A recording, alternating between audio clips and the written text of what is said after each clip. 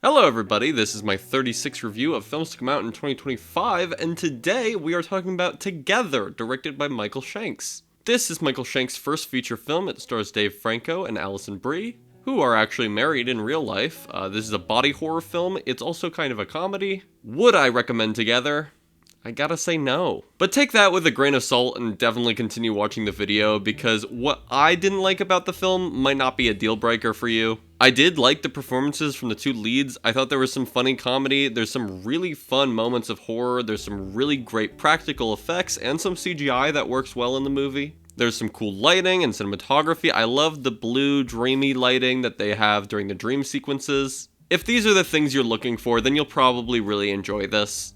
Most people seem to really like it, and I didn't even necessarily think it was bad or anything. I was just very underwhelmed. Not that I even really had high expectations in the first place, but there was just a lot that really annoyed me. One thing I can talk about that doesn't really spoil anything is the editing that really bugged me. There's a trend with a lot of modern films, especially horror movies for some reason, where they just cut really excessively. I mentioned this with the film Drop I reviewed earlier this year. It really pisses me off way more there. It's much more egregious in that movie. But this movie too is just constantly cutting from different angles every 2 seconds, and it's just so unnecessary. The movie feels like it's just trying to keep your attention, and it's just irritating to me. I wanted more shots to just play out instead of being interrupted by just constant cutting.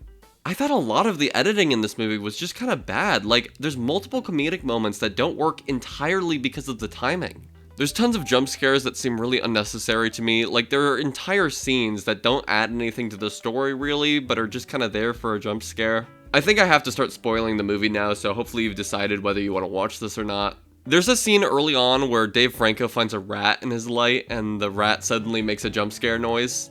But obviously that doesn't further the story in any way. I mean, it kinda does, but the way it does is pretty dumb. He's telling Alison Brie, when I was a kid, there was once also a rat in my light, and it smelled really bad, and my dad got really mad at me, and he also died, and my mom slept with his dead body. Which is just a very awkward way of getting that exposition out of the character. I saw this at a Q&A where Alison Brie and Dave Franco were actually at, and one of the things they said was that Dave Franco's character was originally much more unlikable, and they decided to change that, but honestly, I think that would have worked better for the themes of codependence that the movie is going for. I really liked the opening with the dogs, which similarly doesn't really affect the story, but, you know, is included to introduce the concept of the movie. If you drink the scary water, then your body will fuse with someone else's, and the movie doesn't outright say it, but the implication, I think, is that you'll fuse with the person you have sex with, and their body will also kind of try to fuse with yours.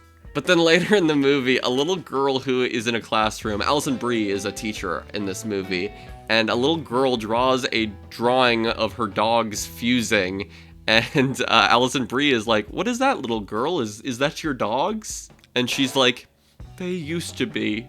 That was totally unnecessary. The dialogue was bad, the little girl's acting was bad. It should have been cut from the movie entirely. There's a lot of scenes that felt unrealistic and should have had more attention to detail. Like, the main characters fall into the hole with the scary water in it, and they stay down there all night and wake up the next day.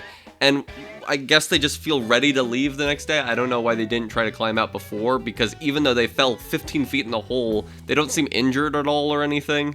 I think Alison Brie might mention, like, "Ooh, I hurt my hip a little bit." But it's like, you fell like 15 or 20 feet. You should have, like, broken legs. And when they leave, there's, like, a little dirt on them, but the hairstyling and makeup is just so weak. And I didn't buy that the characters had been in this hole for a day. Then later, they have a conversation with someone at dinner who's like, "Underground church?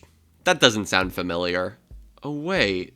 There was once, like, a cult, and they were, like, right out there in that part of the woods, and they all committed suicide, and also their church, like, fell into a hole in the ground. Is that the one you're talking about? That whole dialogue exchange is so silly, and the way Alison Brie and Dave Franco respond to it is like, "Oh, that's interesting." Like, they seem so unconcerned.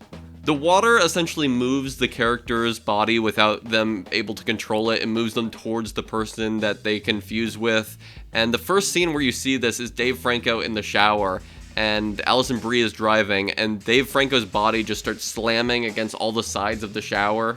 Like, she turns to the left, and now his body is slamming to the left, and then she turns right, and his body slams to the right of the shower. And now her car stopped, and his body goes up straight in the middle. which doesn't really make any sense by the end of the movie, since the water is supposed to like guide your body towards the person. I don't know how like going in circles is getting him any closer to her. In theory, his body should just be slammed against one wall consistently and maybe move a little bit. I guess I could forgive this kind of thing if the movie was taking itself less seriously or if the scene was really scary, but I thought the sound design was really cheesy, and I feel like the fusing concept was pretty solid, so I really wanted it to be consistent with its rules. And by the end, the way the characters decide to handle the situation was just very dumb.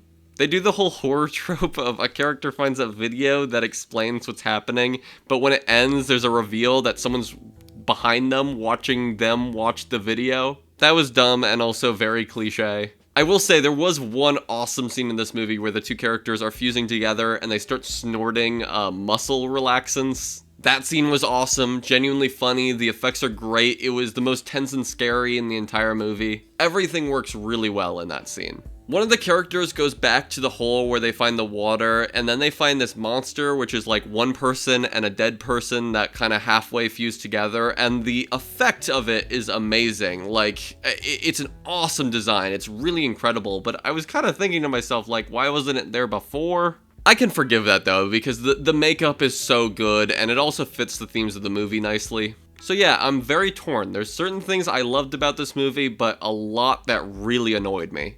I felt like this could have been a great movie, and a lot of my issues have to do with the post-production rather than the script or directing, so I feel like you could have made this a better movie really easily. But sadly, I'm gonna give this 2.5 stars out of 5. Tomorrow I will make a review for The Naked Gun, directed by Akiva Schaffer and starring Liam Neeson, so stay subscribed to see that. In the description, I will put a link to my Letterboxd list ranking all the movies I've seen of 2025 so far. Here is the ranking so far, and here is where Together is placed, and there is the rest of the movies I've seen. There we go. There should also be a link to my YouTube playlist of all of my 2025 film reviews. You can also find that on my channel page and right here on the left side of your screen. Thank you for watching. Comments and likes are very much appreciated. They help boost me in the algorithm. That's all I gotta say. See ya.